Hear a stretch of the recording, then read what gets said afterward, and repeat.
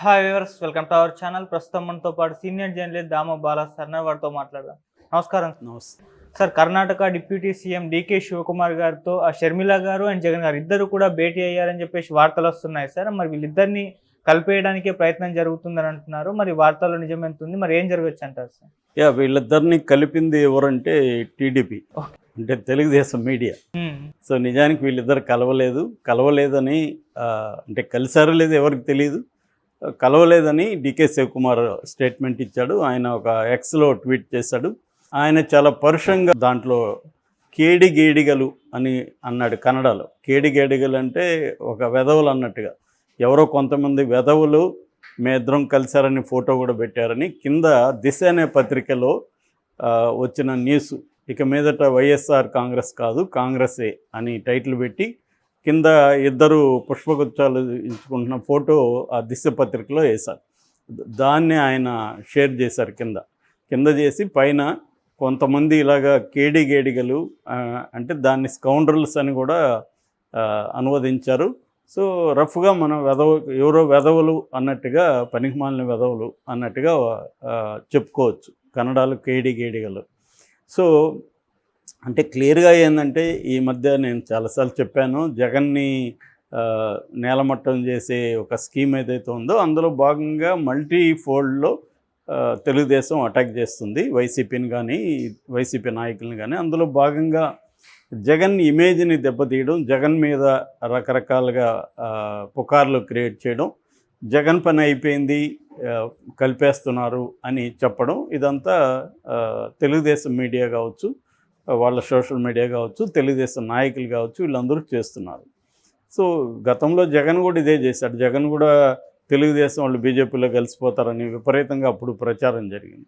So ఎవరు ఏ రాజకీయ party అయినా అధికారంలో ఉన్న పార్టీ ఓడిపోయిన పార్టీని దాన్ని ఇంకా దెబ్బతీసేయడానికి, ఓడిపోవడం అంటే బలహీనపడడం, సో దాన్ని ఇంకా దెబ్బతీయడానికి తమ దగ్గర అధికారం ఉంటుంది కాబట్టి అనేక పద్ధతుల్లో ట్రై చేస్తుంటారు. ఈ క్రమంలో కొత్తగా ఒక వార్త ఏంటంటే వైసీపీ కాంగ్రెస్లో కలిసిపోయింది. జగన్ వెళ్ళి డీకే శివకుమార్ని కలిశాడు. షర్మిల ఈ మీటింగ్ని అరేంజ్ చేసింది. ఎందుకంటే గతంలో కూడా షర్మిల డీకే శివకుమార్ ఇంటికి వెళ్ళడం ఇవన్నీ చూసాము. అవన్నీ జరిగినాక ఆమె కూడా కాంగ్రెస్ తన పార్టీ వైఎస్ఆర్ తెలంగాణ పార్టీ దాన్ని తీసుకెళ్ళి కలిపేసింది. చెల్లి కలిపింది కాబట్టి ఇప్పుడు అన్న కూడా కలిపేస్తాడు అని ఒక నెరేటివ్ని తీసుకొస్తున్నారు. సో అందుకని అక్కడ పైగా జగన్ కర్ణాటకలో ఉన్నాడు, బెంగళూరులో యలహంకలో అతని భవనం ఉంటుంది, అక్కడ ఉన్నాడు జగన్.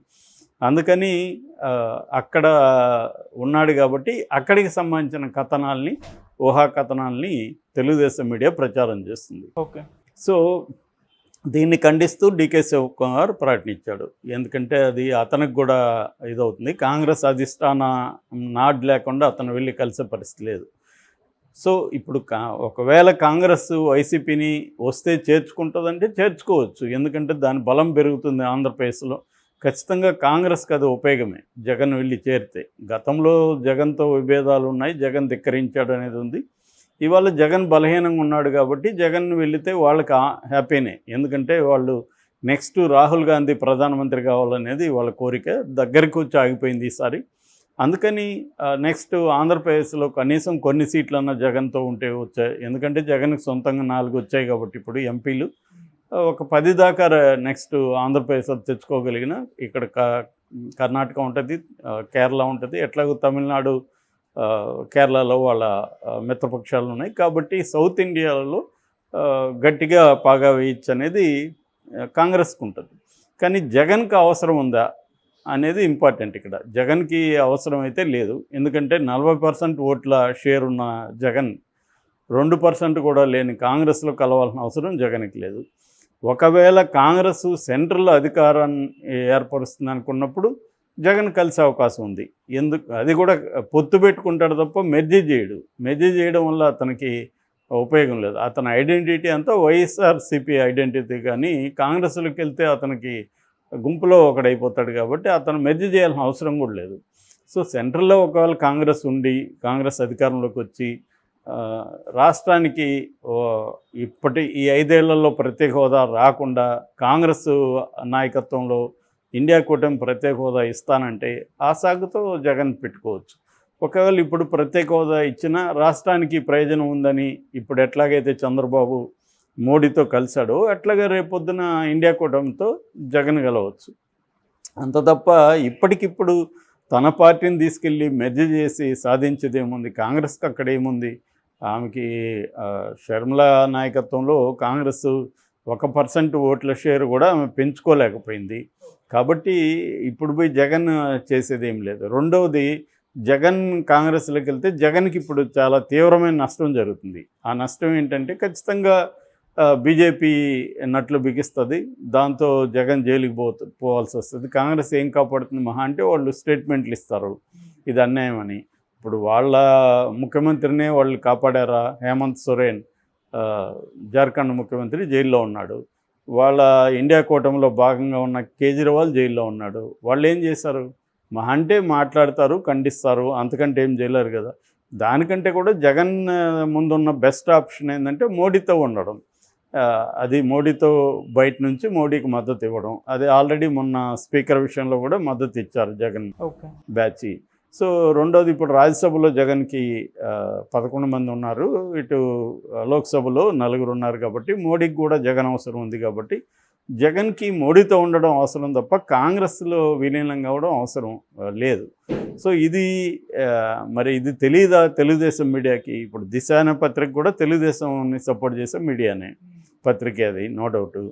సో ఇది తెలియదంటే తెలిసినా వాళ్ళ కొంతకాలం నుంచి ప్రజలు నమ్మినా నమ్మకపోయినా మనం చేసే పని చేస్తూ ఉన్నామని చేస్తున్నారు. అది సక్సెస్ కూడా అయ్యారు. ఎందుకంటే గోబెల్స్ అని హిట్లర్ కాలంలో ప్రాపగండా ఇన్ఛార్జ్ ఉండేవాడు. ఆయన ఫిలాసఫీ ఏంటంటే ఒక అబద్ధాన్ని 100 సార్లు మనం ప్రచారం చేస్తే అది నిజమని నమ్ముతారు అనేది అతని ఫిలాసఫీ. దాన్ని ఇప్పుడు అన్ని పార్టీల మీడియా ఇదే ఫాలో అవుతుంది. సో మనం అబద్ధం చెప్పదలుచుకుంటే చెప్తా ఉంటే నమ్మేవాడు నమ్ముతాడు కదా. కాంగ్రెస్లో కలిసిపోతుందని ఇంత లాజికల్గా ఆలోచించే వాళ్ళు తక్కువ మంది ఉంటారు. అంటే పొలిటికల్ పరిస్థితి ఏంటి, నేషనల్ వైడ్ ఏంటి, రాష్ట్రంలో ఏంటి, జగన్ ముందున్న ఆప్షన్స్ ఏంటి, ఇవన్నీ లోతుగా అందరికీ తెలియవు కదా సామాన్య ప్రజలకి. కాబట్టి జనంలోకి వెళ్ళిపోతుంది మెల్లగా. ఆ రకంగా జగన్కి అయిపోయింది, జగన్ పని అయిపోయింది అన్న నెరేటివ్ని బలంగా జనంలోకి తీసుకెళ్తే జగన్ రివైవ్ కావడానికి కష్టమవుతుంది అనేది తెలుగుదేశం క్యాంపుకు ఉండే ఒక అండర్స్టాండింగ్. దానివల్ల వాళ్ళు ప్రచారం చేస్తుంటారు, నమ్మేవాళ్ళు నమ్ముతుంటారు. దాని రిజల్ట్ ఎలా ఉంటుందని మనకు తెలియదు. ఏదేమైనా అదే పత్రిక, తెలుగుదేశం పత్రిక అయిన ఆంధ్రజ్యోతి రాధాకృష్ణ రాసినట్టుగా ఈ గవర్నమెంట్ పని విధానాన్ని బట్టే జగన్ భవిష్యత్తు ఉంటుంది. ప్రధానంగా ఈ గవర్నమెంట్ పని విధానం ఎలా ఉంటుంది, దానికి జగన్ రియాక్షన్ ఎలా ఉంటుంది అనేది ఇంపార్టెంట్. అంటే ఇప్పుడు వీళ్ళు చంద్రబాబు అనేక హామీలు ఇచ్చాడు. ముఖ్యంగా సూపర్ 6 పేరుతో కొన్ని హామీలు ఇచ్చాడు, వాటిని అమలు చేయాలి. ఈరోజైతే పెన్షన్ అయితే ఎన్టీఆర్ భరోసా పెన్షన్ అని పేరు పెట్టి దాన్ని అయితే బ్రహ్మాండంగా అమలు చేస్తున్నారు. ఖచ్చితంగా ఆ విషయంలో చంద్రబాబుని మెచ్చుకోవాలి. సో 7,000 ఇస్తున్నారు. అంటే 4,000 పెంచారు. ఈ 3 నెలలకు కూడా ఒక 1,000 చొప్పున కలిపి 7,000 ఇస్తున్నారు. చంద్రబాబు ఈరోజు పెనుమక అనే ఒక గ్రామంలో మొదలుపెట్టాడు. సో కానీ ఇది కన్సిస్టెంట్గా 65 లక్షల మందికి ఇస్తారా, ఇది మెల్లగా స్టార్ట్ చేసి మెల్లమెల్లగా డైల్యూట్ చేస్తారా అనేది చూడాలి. అట్లాగే మిగతా బస్సు ఉంది, ఇప్పటివరకు ఫ్రీ బస్సు గురించి మాట్లాడలేదు. అట్లాగే వాలంటీర్స్ విషయం ఆల్రెడీ ఎమ్మెల్యేలు కొంతమంది ఏమో వాలంటీర్లు అవసరం లేదనేది మొదలుపెట్టారు మెల్లగా. సో క్లియర్గా వాలంటీర్లను పక్కన పెట్టేది కనిపిస్తుంది. అలాగా ఆయన పథకాలు కొన్నిటిని డైల్యూట్ చేయడం, కొన్నిటిని పక్కన పెట్టేసేయడం, ఇలాంటి ఖచ్చితంగా చేయాల్సి వస్తుంది. ఎందుకంటే 1,20 కోట్లు ఆయన పర్ ఇయర్కి ఖర్చు పెట్టాల్సిన పరిస్థితి ఉంది. సో బడ్జెటే 3 లక్షలు. మిగతా ఉద్యోగుల శాలరీలు ఇవ్వాలి, రన్నింగ్కి ఇవ్వాలి, అమరావతికి కట్టాలి. సెంట్రల్ నుంచి ఎంత ఫండ్స్ వస్తాయనేది ఇప్పటివరకు ఏం క్లారిటీ లేదు. వాళ్ళు మిగతా రాష్ట్రాల కంటే ఎక్కువగా ఇచ్చే పరిస్థితి ఏం లేదు ఆంధ్రప్రదేశ్కి. ఏమన్నా ఇవ్వాలంటే ప్రత్యేక ప్యాకేజో ప్రత్యేక హోదానో ప్రకటించాలి తప్ప అది లేకుండా ప్రత్యేకంగా ఆంధ్రాకి ఎక్కువ ఇస్తే అక్కడ బీహార్ ఉన్నాయి, ఇతర మిత్రపక్షాలు ఉన్నారు, వాళ్ళు కూడా గొడవ చేస్తారు. కాబట్టి దాన్ని బట్టి జగన్ రియాక్షన్ బట్టి జగన్ ఎంత నిలబడతాడు ఈ ఫైటింగ్లో అనే దాన్ని బట్టి జగన్ భవిష్యత్తు ఆధారపడి ఉంది. Okay sir, thank you so much.